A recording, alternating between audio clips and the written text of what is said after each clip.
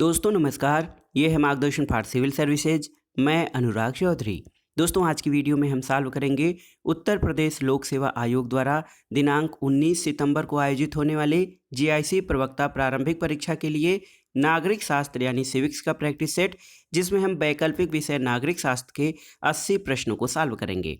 दोस्तों जैसा कि आप जानते हैं, जीआईसी प्रवक्ता प्रारंभिक परीक्षा में बहुविकल्पी प्रकार के कुल 120 प्रश्न होंगे, जिसमें 40 प्रश्न सामान्य अध्ययन और 80 प्रश्न आपके वैकल्पिक विषय से पूछे जाएंगे। तो इसमें हम वैकल्पिक विषय नागरिक शास्त्र से संबंधित 80 प्रश्नों को सॉल्व करेंगे। दोस्तों ये जो है जीआईसी प्रवक्ता परीक्षा नागरिक शास्त्र का प्रैक्टिस सेट संख्या 4 है। इसके 3 प्रैक्टिस सेट हम पहले ही कर चुके हैं। तो आइए शुरू करते हैं आज का प्रैक्टिस सेट। दोस्तों सबसे पहला प्रश्न है आज के प्रैक्टिस सेट का। देखिए प्रश्न है कि आंग्ल भाषी जगत में राजनीतिक सिद्धांत मर चुका है, साम्यवादी देशों में वह बंदी है और अन्यत्र मर रहा है, ये कथन किसका है? ऑप्शन देखिए, Alfred Cobban, David Easton, C.L. Wayper या रॉबर्ट डेहल। तो उत्तर है दोस्तों, सही उत्तर है आपका ऑप्शन डी, रॉबर्ट डेहल। ये कथन रॉबर्ट डेहल का है कि आंग्ल भाषी जगत में राजनीतिक सिद्धांत मर चुका है, साम्यवादी देशों में वह बंदी है और अन्यत्र मर रहा है। दोस्तों यहाँ पर देखिए काबन और डेहल में कुछ शंका और संदेह है, लेकिन क्लियर है कि ये कथन रॉबर्ट डेहल का है। आप काबन को उत्तर सही नहीं मानेंगे। अगला प्रश्न है, निम्नलिखित में से कौन सा विद्वान निश्चित भूभाग को राज्य का अनिवार्य तत्व नहीं मानता है? तो यहाँ पर देखिए लास्की, गार्नर, गैटिल या सीले। तो उत्तर है सीले। सीले दोस्तों निश्चित भूभाग को आवश्यक तत्व राज्य का नहीं मानते हैं। सीले, डुगवी, बिलोबी और लीमेन। दोस्तों इसमें दोस्तों सीले का कहना है कि भूभाग के बिना भी राज्य का अस्तित्व रह सकता है। अगला प्रश्न है कि राज्य शब्द की या राज्य की उत्पत्ति का कौन सा सिद्धांत राज्य को क्रमिक विकास का परिणाम मानता है? तो आप जानते हैं ऐतिहासिक या विकासवादी सिद्धांत राज्य को क्रमिक विकास का परिणाम मानता है। अगला प्रश्न देखिए, वितरणात्मक न्याय मुख्यतः सम्मान या संपदा के वितरण से संबंधित है, ये कथन किसका है? तो उत्तर है ऑप्शन बी, अरस्तु का कथन है। दोस्तों अरस्तु के अनुसार व्यक्ति का जिस अनुपात में समाज में योगदान हो उसी अनुपात में उसे पुरस्कार मिलना चाहिए, ये कथन अरस्तु का है और वितरणात्मक न्याय मुख्यतः संपदा या सम्मान के वितरण से संबंधित है। अगला प्रश्न है, संप्रभुता शब्द जो है इसके उद्भव में किस भाषा का योगदान रहा है? देखिए थोड़ा सा प्रश्न घुमाकर पूछ दिया है। इसमें प्रश्न यही है कि संप्रभुता शब्द की उत्पत्ति किस शब्द से हुई है, वो भाषा किस भाषा का शब्द है, लेकिन यहाँ पे पूछ रहा है कि संप्रभुता शब्द के उद्भव में निम्नलिखित में से किस भाषा का योगदान है? तो उत्तर है दोस्तों लैटिन। देखिए लैटिन भाषा में जो अंग्रेजी का सावर्निटी शब्द है वो लैटिन भाषा में सुपर प्लस एनस। देखिए लैटिन भाषा के सुपर प्लस एनस से सावर्निटी शब्द की उत्पत्ति हुई है। सुपर का अर्थ होता है सर्वोच्च और एनस का अर्थ है शक्ति। अगला प्रश्न है दोस्तों, सामाजिक न्याय से क्या तात्पर्य है? तो उत्तर है सामाजिक न्याय का मतलब ये होता है कि सभी प्रकार के भेदभाव जाति, रंग, धर्म, लिंग आदि पर आधारित जो सुविधाएं हैं वो समाप्त हों और समाज के सभी वर्गों को, जो भी हैं समाज के सभी लोगों को समान अधिकार प्राप्त हों और धन और विशेषाधिकार से उत्पन्न असमानता को दूर किया जाए। अगला प्रश्न है महत्वपूर्ण प्रश्न है, विश्व की सर्वाधिक शक्तिशाली विधायिका कौन है? भारतीय संसद, अमेरिकी कांग्रेस, स्विस कार्यपालिका या ब्रिटिश संसद? तो दोस्तों सही उत्तर है ऑप्शन डी, ब्रिटिश संसद। विश्व की सर्वाधिक शक्तिशाली विधायिका ब्रिटिश संसद है और ब्रिटिश संसद को दोस्तों सभी संसदों की जननी भी कहा जाता है। एक विचारक हैं डी लोमे। डी लोमे ब्रिटिश संसद की शक्ति के बारे में कहते हैं कि ब्रिटिश संसद महिला को पुरुष और पुरुष को महिला बनाने के अतिरिक्त कुछ भी कर सकती है। अगला प्रश्न है दोस्तों, निम्नलिखित में से किसने संसदीय व्यवस्था की ये परिभाषा दी है कि संसदात्मक व्यवस्था शासन के सामयिक मूल्यांकन के साथ साथ दिन प्रतिदिन के मूल्यांकन का भी अवसर प्रदान करती है? तो ये हैं doctor B.R. Ambedkar. Doctor B.R. Ambedkar ने संसदीय शासन व्यवस्था के बारे में कहा है कि संसदात्मक व्यवस्था सामयिक मूल्यांकन के साथ साथ दिन प्रतिदिन के मूल्यांकन का भी अवसर प्रदान करती है। अगला प्रश्न है दोस्तों, ब्रिटिश संसदीय प्रणाली से असंबंधित, यहाँ पे प्रश्न आप ध्यान से देखिएगा, ब्रिटिश संसदीय प्रणाली से असंबंधित शब्दावली को पहचानना है आपको। देखिए, नियंत्रण और संतुलन, छाया मंत्रिमंडल, वे साथ साथ तैरते और साथ साथ डूबते हैं, और वेस्टमिंस्टर मॉडल। तो इसमें दोस्तों आपको बताना है कि ब्रिटिश संसदीय प्रणाली से कौन संबंधित नहीं है। तो ऑप्शन ए आपका सही उत्तर हो जाएगा, नियंत्रण और संतुलन यानी चेक एंड बैलेंस।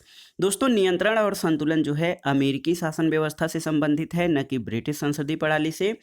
दोस्तों देखिए, ब्रिटिश शासन प्रणाली में शैडो कैबिनेट, वे साथ साथ तैरते और साथ साथ उभरते हैं यानी सामूहिक उत्तरदायित्व, और वेस्टमिंस्टर मॉडल, ये तीनों हैं। लेकिन नियंत्रण और संतुलन ये शक्ति पृथक्करण जो कि अमेरिकी शासन व्यवस्था की विशेषता है।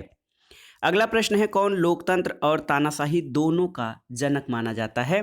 तो दोस्तों रूसो एक फ्रांसीसी दार्शनिक था जो कि देखिए लोकतंत्र और तानाशाही दोनों का दार्शनिक माना जाता है। अगला प्रश्न है दोस्तों, लोकतंत्र के अभिजन सिद्धांत या इसको एलिट थियरी जिसको कहा जाता है, लोकतंत्र का अभिजनवादी सिद्धांत, इसके प्रतिपादक कौन है? देखिए, पैरेटो, मोस्का, मिचेल्स या उपरोक्त सभी। तो सही उत्तर है उपरोक्त सभी। दोस्तों, लोकतंत्र के अभिजनवादी सिद्धांत का प्रतिपादन पैरेटो, मोस्का, मिचेल्स इन सभी ने किया है, और इनका मानना है कि लोकतंत्र वहीं स्थापित होगा जहां राजनीतिक शक्ति कुछ लोगों में केंद्रित होती है। अगला प्रश्न है दोस्तों, उत्तर व्यवहारवाद या पोस्ट बिहेवियरलिज्म बल देता है किस पर? उपादेयता पर, कृत्य पर, ए और बी दोनों पर, उपरोक्त में से किसी पर भी नहीं। तो उत्तर है दोस्तों, उत्तर व्यवहारवाद उपादेयता और कृत्य दोनों पर बल देता है, इसलिए ऑप्शन सी, ए और बी दोनों आपके सही हो जाएंगे। अगला है, सामाजिक न्याय की अवधारणा पर कौन बल देते हैं? मार्क्सवादी, उदारवादी, व्यक्तिवादी या बहुलवादी?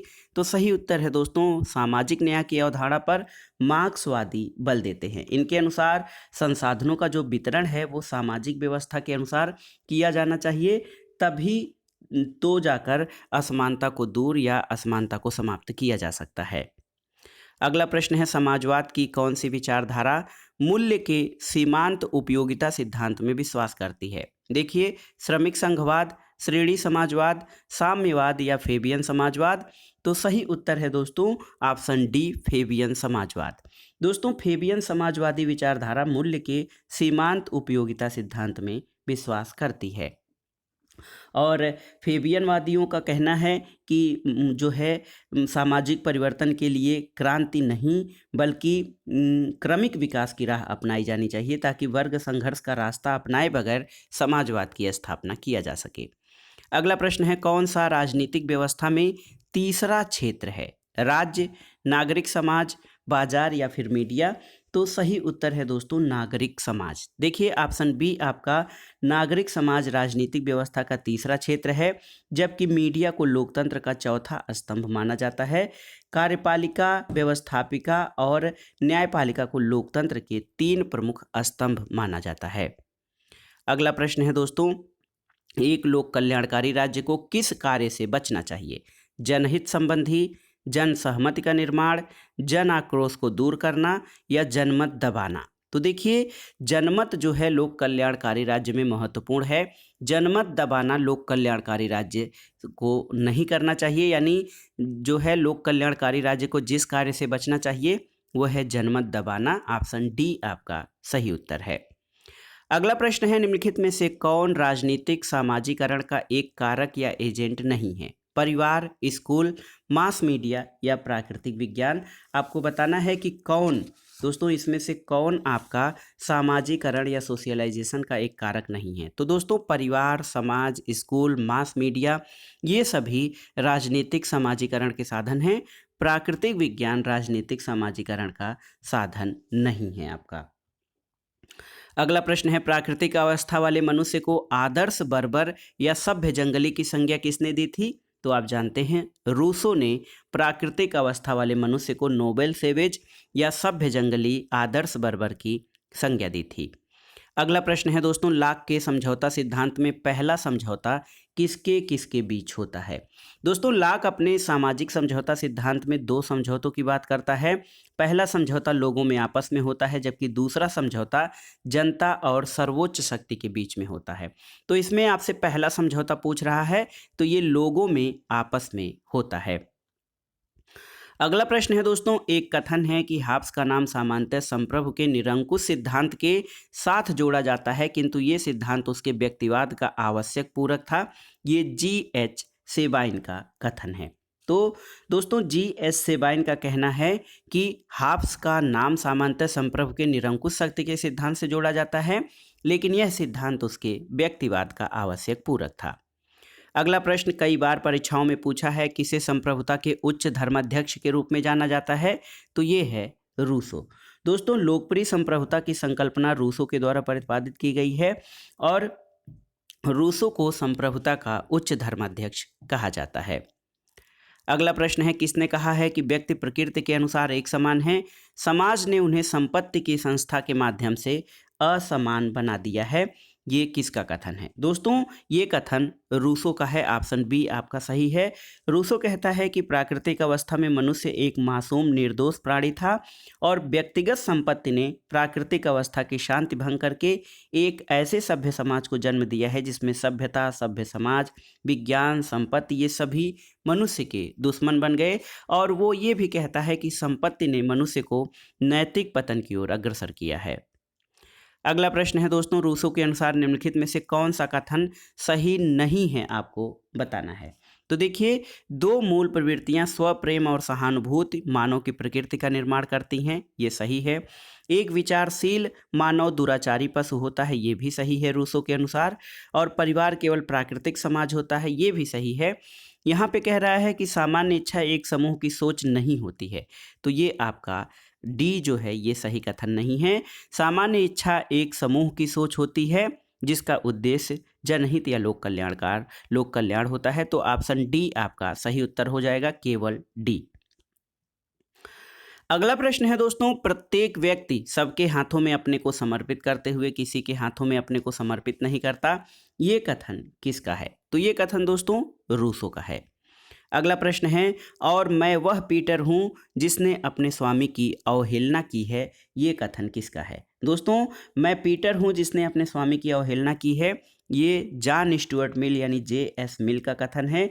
जे.एस. मिल ने बेंथम के मात्रात्मक और यांत्रिक फार्मूले को नकार दिया और उसने नैतिक उपयोगितावाद की स्थापना की। और इसी संबंध में वो कहता है कि मैं वह पीटर हूँ जिसने अपने स्वामी की अवहेलना की है। अगला प्रश्न है, सार्वजनिक कल्याण विधायक का ध्येय होना चाहिए, ये किसका कथन है। तो दोस्तों, सार्वजनिक कल्याण या सार्वजनिक हित जो है वो विधायक का ध्येय होना चाहिए, ये कथन आपका बेंथम का है। सही उत्तर है ऑप्शन डी, बेंथम। अगला प्रश्न है, कार्ल मार्क्स मार्क्सवाद के संस्थापक निम्न में से किस देश के औपचारिक नागरिक थे, आपको बताना है। ऑप्शन है जर्मनी, फ्रांस, यूके या उपर्युक्त में से कोई नहीं। तो देखिए दोस्तों, ऑप्शन डी आपका हो जाएगा। मार्क्स जो है किसी भी देश के औपचारिक नागरिक नहीं थे। मार्क्स का जन्म 1818 में प्रसिया जर्मनी में हुआ था। 1845 तक वह परिपक्व विचारक बन गया और वर्ग विहीन और राज्य विहीन समाज का समर्थन करने लगा। उसने किसी भी देश का औपचारिक नागरिक नहीं रहा।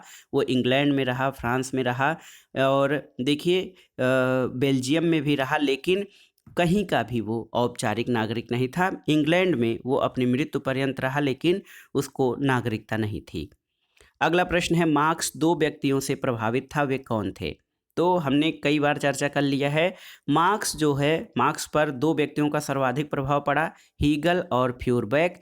हीगल का द्वंद्ववाद और फ्यूरबैक का भौतिकवाद, ये दोनों मार्क्सवाद पे प्रभाव डालने वाले सबसे महत्वपूर्ण व्यक्ति थे। अगला प्रश्न है, साम्यवाद को एशियाटिक फॉर्म में किसने अनुकूलित किया है, आपको बताना है। तो सही उत्तर है दोस्तों, साम्यवाद को एशियाटिक फॉर्म में जो है अनुकूलित करने वाला विचारक माओ त्से तुंग है। तो सही उत्तर आपका हो जाएगा माओ या माओ त्से तुंग। माओ का विश्वास मूलतः ऐसी क्रांति से है जो ग्रामीण क्षेत्रों में ग्रामीण जनता के द्वारा लाया जाए, और उसका ये दृढ़ विश्वास था कि चीन और दूसरे एशियाई देशों में वहाँ का कृषक वर्ग क्रांति लाने में समर्थ है। अगला प्रश्न है दोस्तों, किसने कहा है कि राजनीतिक कार्य समस्त आर्थिक कार्य का जीवन रखता है? ये महत्वपूर्ण कथन है। देखिए दोस्तों, किसने कहा है कि राजनीतिक कार्य समस्त आर्थिक कार्य का जीवन रखता है? तो ये माओ जेडोंग का कथन है। दोस्तों, माओ का कहना है या माओ त्से-तुंग कि राजनीतिक कार्य समस्त आर्थिक कार्य का जीवन रखता है। माओ चीनी क्रांति के नायक और चीन के प्रथम राष्ट्राध्यक्ष थे। 1 अक्टूबर 1949 को माओवादी शासन पीपुल्स रिपब्लिक ऑफ चाइना की इन्होंने स्थापना की और 9 सितंबर 1976 तक अपने निधन तक सर्वोच्च पद पर बने रहे। अगला प्रश्न है, प्राचीन भारतीय राजनीतिक चिंतन से जो प्रशासन को स्वयं चलाने का प्रयास करता है उस राज्य को एक मूर्ख निम्न में से कौन कहता है? तो दोस्तों, जो प्रशासन को स्वयं चलाने का प्रयास करता है उस राजा को मनु जो है मूर्ख की संज्ञा देता है। अगला प्रश्न है दोस्तों, अर्थशास्त्र में सरकार के कितने विभागों का उल्लेख किया गया है? आपको बताना है। तो सही उत्तर है, देखिए अर्थशास्त्र में सरकार के कुल दोस्तों 34 विभाग, देखिए ऑप्शन सी आपका सही उत्तर है, 34 विभागों का उल्लेख किया गया है। अगला प्रश्न कौटिल्य और मैकियावेली के ऊपर है। देखिए किसका कथन है कि कौटिल्य का अर्थशास्त्र उग्र मैकियावेलीवाद का उदाहरण है, इसकी तुलना में मैकियावेली का प्रिंस अहानिकारक है। ये कथन किसका है? तो सही उत्तर ऑप्शन ए वेबर का कथन है। दोस्तों, कौटिल्य, मैकियावेली और मैक्स वेबर अपने अपने समय के महान राजनीतिक और प्रशासनिक चिंतक थे। वेबर ने कौटिल्य और मैकियावेली का तुलनात्मक अध्ययन किया था और उसका कहना है कि कौटिल्य का अर्थशास्त्र उग्र मैकियावेलीवाद का उदाहरण है, इसकी तुलना में मैकियावेली का प्रिंस कुछ भी नहीं है। अगला प्रश्न है, निम्नलिखित में से कौन चमत्कारी तत्वशास्त्री के बजाय अनुभवात्मक जो है अर्थशास्त्री माना जाता है? ऑप्शन है दयानंद सरस्वती, जवाहरलाल नेहरू, दादा भाई नौरोजी या महात्मा गांधी। तो सही उत्तर है दोस्तों ऑप्शन सी दादा भाई नौरोजी। दादा भाई नौरोजी को भारत का वयोवृद्ध पुरुष कहा जाता है और दादा भाई नौरोजी ने ब्रिटिश कालीन भारत के एक पारसी बुद्धिजीवी, शिक्षा शास्त्री और सामाजिक नेता थे। इन्होंने भारत से ब्रिटिशों द्वारा धन निष्क्रमण सिद्धांत की विवेचना की थी। अगला प्रश्न है, किस वर्ष में केंद्रीय सतर्कता आयोग अधिनियम पारित किया गया था? तो ये है दोस्तों वर्ष 2003। केंद्रीय सतर्कता आयोग अधिनियम 2003 में पारित किया गया था। दोस्तों, केंद्रीय सतर्कता आयोग का गठन वैसे तो संथानम समिति की सिफारिश के आधार पर 1964 में किया गया और ये भारत सरकार के विभिन्न विभागों के अधिकारियों कर्मचारियों से संबंधित भ्रष्टाचार नियंत्रण की सर्वोच्च संस्था है। लेकिन केंद्रीय सतर्कता आयोग अधिनियम 2003 में पारित किया गया था। अगला प्रश्न एक प्रकार से देखिए ये उत्तराखंड से है। श्रीमती बेलमती चौहान और श्रीमती हंसा धनाई उत्तराखंड राज्य आंदोलन की शहीद थी, उनके शहादत का स्थान इंगित करिए। तो सही उत्तर है ये जो है इनके शहादत का स्थान मसूरी है। अगला प्रश्न है, निम्न में से किसने तीनों गोलमेज सम्मेलनों में भाग लिया? तो इसको विकल्प बताने की आवश्यकता नहीं है, आप जानते हैं कि दोस्तों 1930 से 32 के मध्य भारत में संवैधानिक सुधारों के बारे में साइमन कमीशन द्वारा प्रस्तुत रिपोर्ट पर विचार करने के लिए लंदन में 3 गोलमेज सम्मेलन हुए थे। डॉक्टर भीमराव अंबेडकर ने तीनों गोलमेज सम्मेलनों में भाग लिया, जबकि महात्मा गांधी ने सिर्फ दूसरे गोलमेज सम्मेलन में भाग लिया था।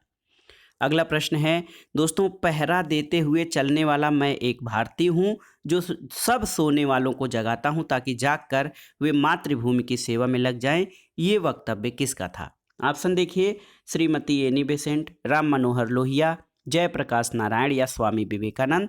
तो सही उत्तर है दोस्तों option A Shrimati Annie Besant. Shrimati Annie Besant ने कहा था कि पहरा देते हुए चलने वाला मैं एक भारतीय हूँ जो सब सोने वालों को जगाता हूँ।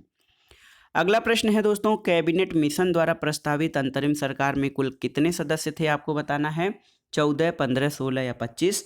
तो सही उत्तर है दोस्तों कैबिनेट मिशन द्वारा प्रस्तावित नेहरू की अध्यक्षता में अंतरिम सरकार का जो गठन किया गया था उसमें कुल 14 सदस्य थे और 2 सितंबर देखिए 2 सितंबर 1946 को इसका गठन किया गया था। अगला प्रश्न है, निम्नांकित को कालानुक्रम के आधार पर व्यवस्थित करना है आपको। देखिए बाल गंगाधर तिलक, सर सैयद अहमद खान, रविन्द्रनाथ टैगोर और राजा राम मोहन राय। तो राजा राम मोहन राय का जन्म 1772 में हुआ था। इसके अलावा सर सैयद अहमद खान 1817 में इनका जन्म हुआ, बाल गंगाधर तिलक 1856 में और रविन्द्रनाथ टैगोर का जन्म 1861 में हुआ था।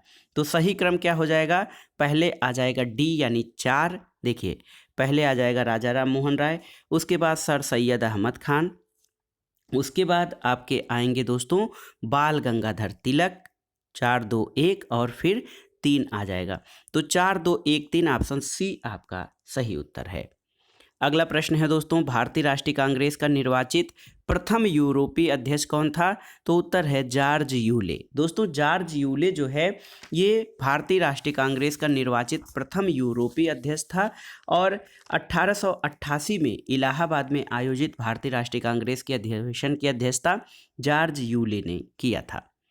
अगला प्रश्न है दोस्तों, किस संविधान संशोधन अधिनियम के द्वारा भारतीय नागरिकों के लिए मतदान की उम्र को 21 वर्ष से 18 वर्ष कर दिया गया? ये प्रश्न भारतीय राज्य व्यवस्था के लिए परीक्षाओं के दृष्टि से बहुत महत्वपूर्ण है क्योंकि बहुत बार ये प्रश्न पूछा गया है।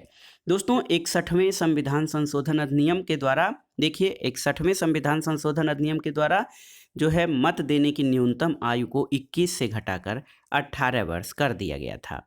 अगला प्रश्न है, भारतीय संविधान की दार्शनिक आधार भूमि क्या है? राज्य के नीति निर्देशक तत्व, मौलिक अधिकार, संघीय संरचना या प्रस्तावना? तो सही उत्तर है दोस्तों प्रस्तावना। प्रस्तावना जो है ये भारतीय संविधान के दार्शनिक आधार तत्व इसमें निहित हैं और इसमें उन नीतियों का वर्णन है जिन पर हमारा संविधान और शासन प्रणाली आधारित है। अगला प्रश्न एक कथन है, भारतीय संविधान वकीलों का स्वर्ग है, ये कथन किसका है? तो दोस्तों भारतीय संविधान की आलोचना करते हुए आइवर जेनिंग्स ने कहा है कि भारतीय संविधान जो है वकीलों का स्वर्ग है। अगला प्रश्न, सूची 1 का सूची 2 के साथ सुमेलन कराना है और दिए गए कूट के आधार पर सही उत्तर का चयन करना है। समवर्ती सूची, दोस्तों समवर्ती सूची का प्रावधान ऑस्ट्रेलिया के संविधान से लिया गया है। विधि का शासन ब्रिटिश संविधान से, नीति निदेशक तत्व ये आपके आयरलैंड के संविधान से और विधि द्वारा स्थापित प्रक्रिया जापान के संविधान से ली गई है। तो सही उत्तर आपका हो जाएगा ऑप्शन डी, ए 4 3 2 और 1। अगला प्रश्न है दोस्तों, निम्नलिखित में से किसे भारतीय संघ में तनाव डालने वाले क्षेत्र के रूप में पहचान नहीं की गई है? अंतर्राज्य परिषद, अनुच्छेद 356, राज्यपालों की भूमिका या केंद्र राज्य वित्तीय संबंध? तो इसमें दोस्तों देखिए अंतर्राज्य परिषद जो है ये भारतीय संघ में तनाव डालने वाले क्षेत्र या तनाव डालने वाले तत्व नहीं हैं। क्यों? क्योंकि दोस्तों भारतीय संघ में तनाव के क्षेत्रों में अनुच्छेद 356 राज्यपाल और केंद्र राज्य वित्तीय संबंध हैं। अंतर्राज्य परिषद तो केंद्र और राज्य या राज्यों के बीच जो है संबंधों को सामान्य बनाने के लिए इनकी स्थापना की गई है। तो ऑप्शन सी केवल 1 जो है आपका सही उत्तर हो जाएगा। अगला प्रश्न है, निम्नलिखित में से भारतीय संविधान में कौन सा नागरिकता का आधार है? तो दोस्तों भारतीय संविधान में नागरिकता का अधिकार जो है संविधान प्रारंभ होने का आधार है। ऑप्शन डी आपका सही उत्तर हो जाएगा। आप जानते हैं भारत में एकल नागरिकता का प्रावधान किया गया है और अनुच्छेद 11 के तहत संसद को नागरिकता के संबंध में विधि बनाने का अधिकार है और भारतीय नागरिकता जो है 5 प्रकार से प्राप्त की जा सकती है। अगला प्रश्न है, कौन सा युग्म सुमेलित नहीं है आपका? मौलिक अधिकार हैं और अनुच्छेद। तो पहला देखिए अनुच्छेद समानता का अधिकार, अनुच्छेद 14 से 18। अनुच्छेद 14 से 18 ये समानता का अधिकार यहाँ पर दिया गया है। इसके अलावा देखिए दोस्तों धार्मिक स्वतंत्रता का अधिकार अनुच्छेद 23-24। तो ये जो अनुच्छेद 23-24 है आपका, इसमें दोस्तों देखिए अनुच्छेद 23-24 जो है ये धार्मिक स्वतंत्रता के अधिकार से संबंधित नहीं है। संस्कृति और शिक्षा संबंधी अधिकार 29-30 में है और स्वतंत्रता का अधिकार 19 से 22 में है। तो ऑप्शन बी आपका सही उत्तर हो जाएगा जो कि सुमेलित नहीं है। अगला प्रश्न है, राज्य के नीति निर्देशक तत्वों के बारे में क्या सत्य है? तो सही उत्तर है दोस्तों नीति निर्देशक तत्व ये वाद योग्य नहीं है और अनुच्छेद 37 में भी कहा गया है कि भाग 4 में दिए गए उपबंधों को किसी भी न्यायालय द्वारा लागू नहीं कराया जा सकता है। अगला प्रश्न है दोस्तों, अर्थशास्त्र में कितने प्रकार के विभागों का उल्लेख किया गया है? यहाँ पर देखिए दोस्तों ये प्रश्न हम लोगों का हो गया है, किस संविधान संशोधन के जरिए ये जो किया गया है। इसके अलावा दोस्तों यहाँ पर देखिए, निम्नलिखित में से भारतीय स्वतंत्रताओं का अधिकार पत्र किसे कहा जाता है, आपको बताना है। ऑप्शन है regulating act 1773, Pitt's India act 1784, charter act 1813 या महारानी की घोषणा 1858। तो यहाँ पर देखिए सही उत्तर कौन सा है दोस्तों, सही उत्तर है भारतीय स्वतंत्रताओं का अधिकार जो है वो 1858 के महारानी की घोषणा को माना जाता है। दोस्तों 1858 की घोषणा से दोहरा नियंत्रण समाप्त हो गया और सरकार ही सीधे भारतीय मामलों के लिए उत्तरदायी हो गई। महारानी की घोषणा के अनुसार क्षेत्रों का सीमा विस्तार की नीति समाप्त कर दी गई। स्थानीय राजाओं के अधिकार, गौरव, सम्मान का अपने आप समान ही संरक्षण और विश्वास दिलाया गया।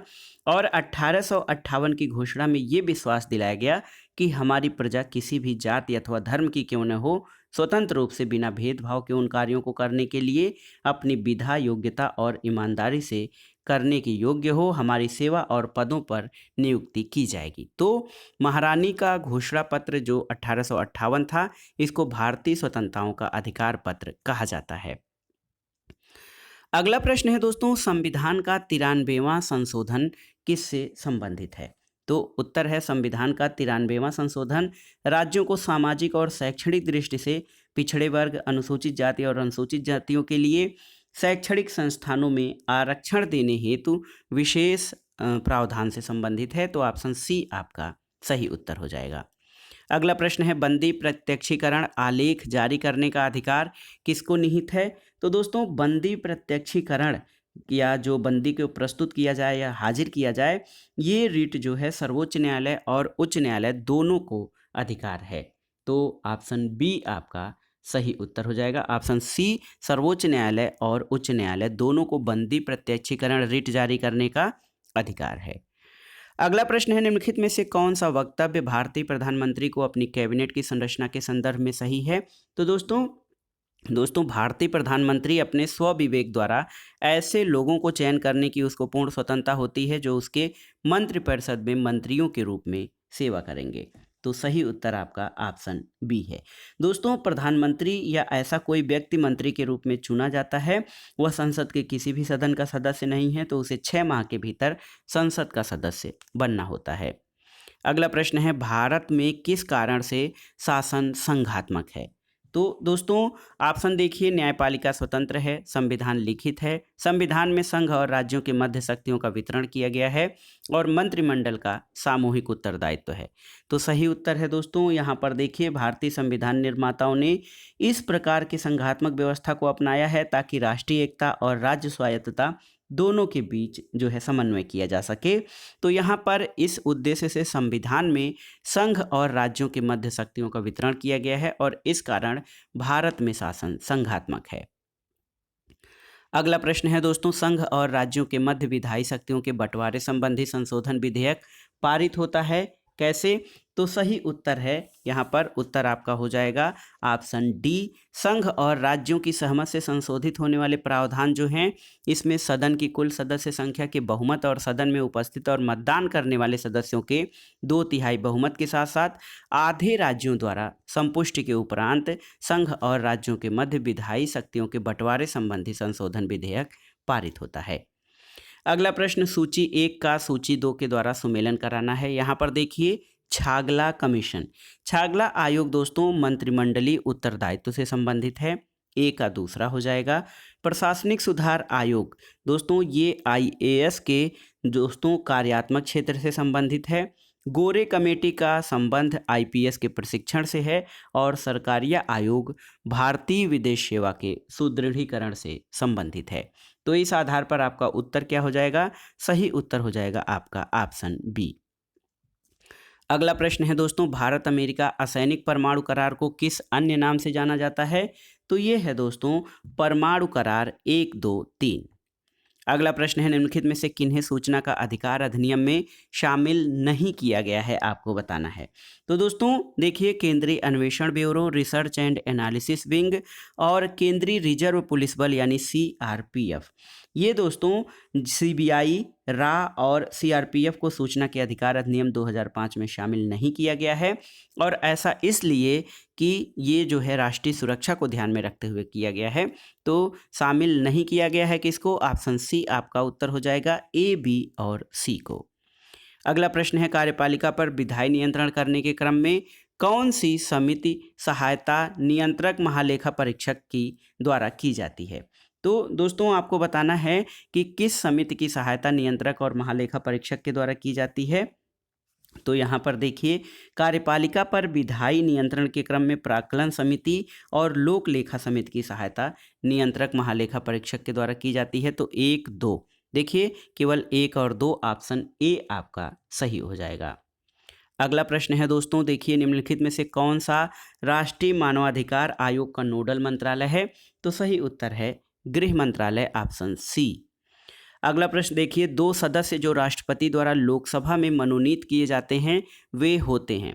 तो दोस्तों अब ये तो यहाँ पर जो उत्तर है वो हो जाएगा कि ए ऑप्शन एंग्लो इंडियन समुदाय के। लेकिन लेटेस्ट जो हमारा 104वां संविधान संशोधन है, इसके द्वारा 2 प्रावधान किए गए हैं। एससी एसटी आरक्षण को 10 वर्षों के लिए बढ़ाया गया है, और संसद में एंग्लो इंडियन कोटा जो है इसको खत्म कर दिया गया है। तो एंग्लो इंडियन कोटा अब जो राष्ट्रपति 2 सदस्यों को मनोनीत करते थे, इसको 104वें संशोधन के द्वारा समाप्त कर दिया गया है। लेकिन जब ये प्रश्न पूछा गया होगा तो राष्ट्रपति जो है लोकसभा में 2 एंग्लो इंडियन समुदाय के सदस्यों को मनोनीत करते थे, लेकिन 104वें संविधान संशोधन के द्वारा एंग्लो इंडियन समुदाय के कोटों को समाप्त कर दिया गया है। अगला प्रश्न है दोस्तों, संघ लोक सेवा आयोग यानी यूपीएससी का सदस्य किसके द्वारा हटाया जाएगा, आपको बताना है। तो सही उत्तर है दोस्तों सर्वोच्च न्यायालय की रिपोर्ट पर। देखिए, सर्वोच्च न्यायालय की रिपोर्ट पर देखिए ये राष्ट्रपति के द्वारा हटाया जाएगा। तो ऑप्शन डी आपका सही उत्तर है। संघ लोक सेवा आयोग के सदस्य की पदावधि आप जानते हैं 6 वर्ष या 65 वर्ष की आयु होती है। संघ लोक सेवा आयोग या संयुक्त आयोग के सदस्य राष्ट्रपति को संबोधित लिखित त्यागपत्र अथवा उच्चतम न्यायालय के प्रतिवेदन पर कदाचार के आधार पर उच्चतम न्यायालय इस विषय पर राष्ट्रपति द्वारा किए गए निर्देश पर जांच करेगा, और उस आधार पर संघ लोक सेवा आयोग के सदस्य को हटाया जा सकता है। अगला प्रश्न है, भारत का प्रधानमंत्री। तो दोस्तों भारत का प्रधानमंत्री नियुक्त होता है, और अनुच्छेद 75(1) में कहा गया है कि प्रधानमंत्री की नियुक्ति राष्ट्रपति करेगा। अगला प्रश्न है, जनहित याचिकाओं का संवैधानिक आधार क्या है? तो सही उत्तर है दोस्तों न्यायिक विवर्धन या स्वप्रसार। न्यायपालिका अपने कार्यों में विस्तार के द्वारा जनहित याचिकाओं का जो है इसका प्रचार प्रसार हुआ है, या जनहित याचिकाओं का प्रारंभ हुआ है। अगला प्रश्न है, देखिए निम्नलिखित उप प्रधानमंत्री या वाइस प्राइम मिनिस्टर इनको नियुक्त होने का सही क्रम बताइए। तो दोस्तों सबसे पहले उप प्रधानमंत्री सरदार वल्लभ भाई पटेल थे। देखिए वल्लभ भाई पटेल 1 हो जाएंगे। उसके बाद उसके बाद मोरारजी देसाई दूसरे उप प्रधानमंत्री थे, चौधरी चरण सिंह तीसरे, और चौधरी देवीलाल ये चौथे उप प्रधानमंत्री थे। तो सही उत्तर क्या हो जाएगा? सही उत्तर आपका हो जाएगा दोस्तों ऑप्शन डी 1, 4,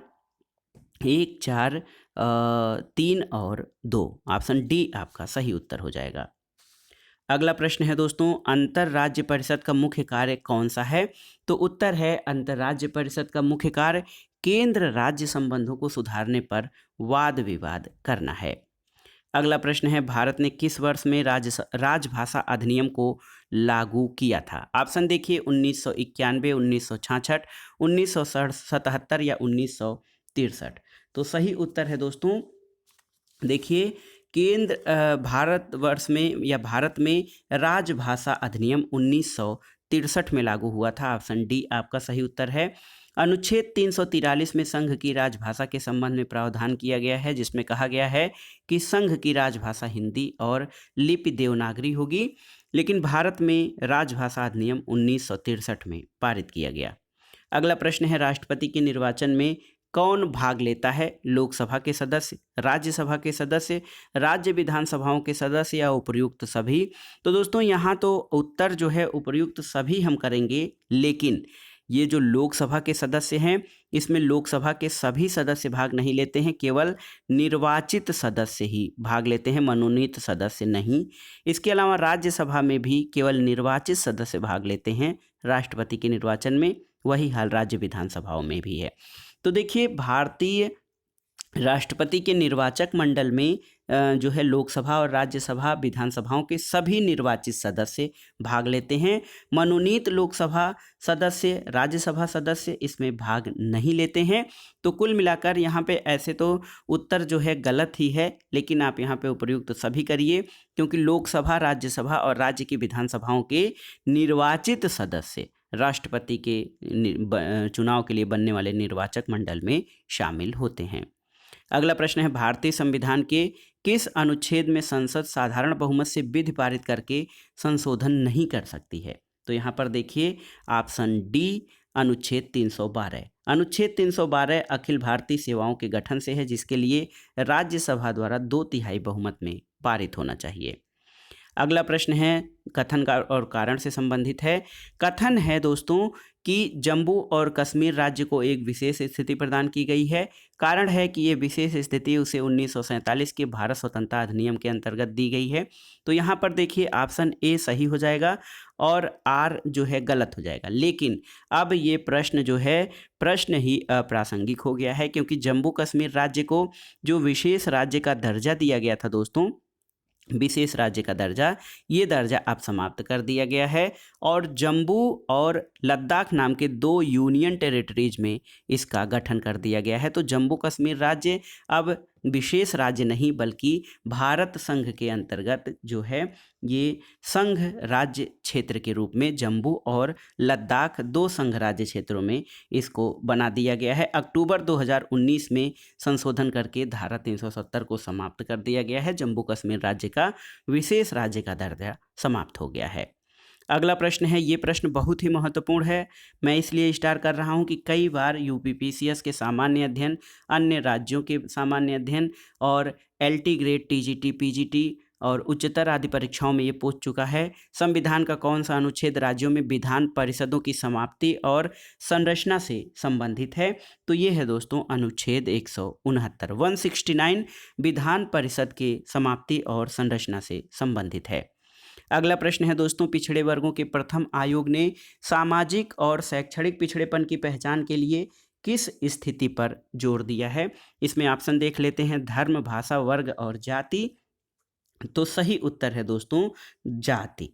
जो है आयोग ने अपनी रिपोर्ट जातियों की पहचान के आधार पर की थी, जो कि सामाजिक और शैक्षणिक दृष्टि से पिछड़े थे। अगला प्रश्न है, कौन सा विकल्प सही सुमेलित है? तो दोस्तों यहाँ पर देखिए all India Trinamool Congress. All India Trinamool Congress की स्थापना 1 जनवरी 1998 को की गई थी। ममता बनर्जी इसकी अध्यक्ष हैं। अन्य सभी ऑप्शन जो हैं वो आपके गलत हैं। देखिए, भारतीय जनता पार्टी की स्थापना 6 अप्रैल 1980 को की गई थी। ऑप्शन में 81 है, ये गलत है। जेडीयू यानी जनता दल यूनाइटेड की स्थापना 30 अक्टूबर 2003 को और राष्ट्रीय जनता दल की स्थापना 5 जुलाई 1997 को की गई थी। अगला प्रश्न है, राजनीतिक दल को क्षेत्रीय दल के रूप में स्वीकृति दी जाती है यदि? तो दोस्तों किसी राजनीतिक दल को राज्य स्तरीय दल के रूप में तब मान्यता दी जाती है जब वह राज्य में लोकसभा के लिए हुए आम चुनाव में अथवा विधानसभा चुनाव में उस राज्य में हुए वैध मतों का 6% वोट प्राप्त करता है। ऑप्शन सी आपका सही उत्तर हो जाएगा। अगला प्रश्न है, संविधान के किस अध्याय में निर्वाचन संबंधी प्रावधान किए गए हैं? तो उत्तर है, भारतीय संविधान में कुल 22 भाग हैं, आप जानते हैं। 15वें भाग में यानी संविधान के 15वें भाग में निर्वाचन संबंधी प्रावधान वर्णित हैं। अगला प्रश्न है दोस्तों, 73वें और 74वें संविधान संशोधन अधिनियमों के परिणाम स्वरूप क्या परिवर्तन हुआ? सरकार में पारदर्शिता, सरकार में उत्तरदायित्व, महिला सशक्तिकरण और जनतंत्र की मजबूती। तो देखिए यहाँ पर देखा जाए तो 73वें और 74वें संविधान संशोधन के द्वारा सरकार में पारदर्शिता, उत्तरदायित्व, महिला सशक्तिकरण और जनतंत्र को मजबूती मिली है। तो ऑप्शन डी आपका सही उत्तर हो जाएगा। अगला प्रश्न है, राष्ट्रीय प्रशासन अकादमी किन 2 संस्थानों के विलय का परिणाम थी?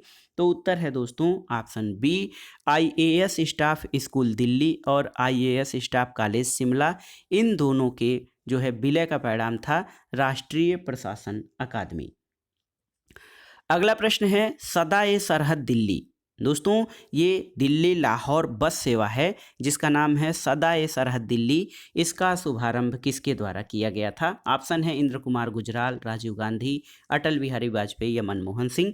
तो सही उत्तर ऑप्शन सी, अटल बिहारी वाजपेयी के समय में दोस्तों 1999 में 16 मार्च 1999 से सदा ए सरहद दिल्ली लाहौर बस सेवा का आरंभ हुआ था। अगला प्रश्न है निम्नलिखित में से कौन सी गुजराल सिद्धांत की प्रमुख विशेषता है? तो गुजराल सिद्धांत दोस्तों इसमें दक्षिण एशिया के साथ छोटे पड़ोसी देशों के साथ संबंधों को सुधारने और परस्पर लाभ की मांग की गई थी। तो गुजराल सिद्धांत दक्षिण एशिया के छोटे पड़ोसी देशों से संबंध सुधारने की बात कही गई थी। अगला प्रश्न है इस वीडियो का आखिरी प्रश्न कि वैश्वीकरण ने निम्नलिखित में से किसकी मांग को बढ़ाया है? ऑप्शन देखिए, हस्तक्षेपवादी राज्य, कल्याणकारी राज्य, सर्वाधिकारवादी राज्य या समाजवादी राज्य। तो देखिए एक विचारक हैं ओहमे, उनका मानना है कि भूमंडलीकरण एक सीमा विहीन विश्व की कल्पना है जिसमें भौगोलिक बाधाएं अप्रासंगिक हो जाती हैं, लोगों के मध्य देश काल की भिन्नता समाप्त हो जाती है और वैश्वीकरण ने अहस्तक्षेपवादी की मांग को बढ़ाया है।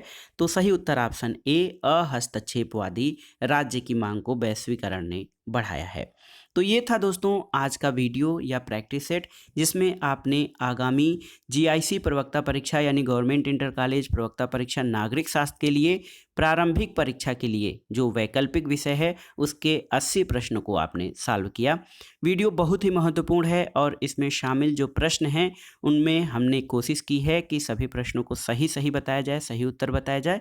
लेकिन यदि किसी प्रश्न का उत्तर संदेह में है तो आप बेझिझक कमेंट बॉक्स में बताइएगा, हम उसको सुधार करेंगे ताकि हमारे सभी साथियों को सही उत्तर पता चल सके।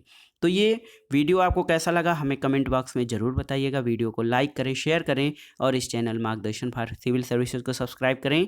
वीडियो देखने के लिए धन्यवाद दोस्तों, नमस्कार।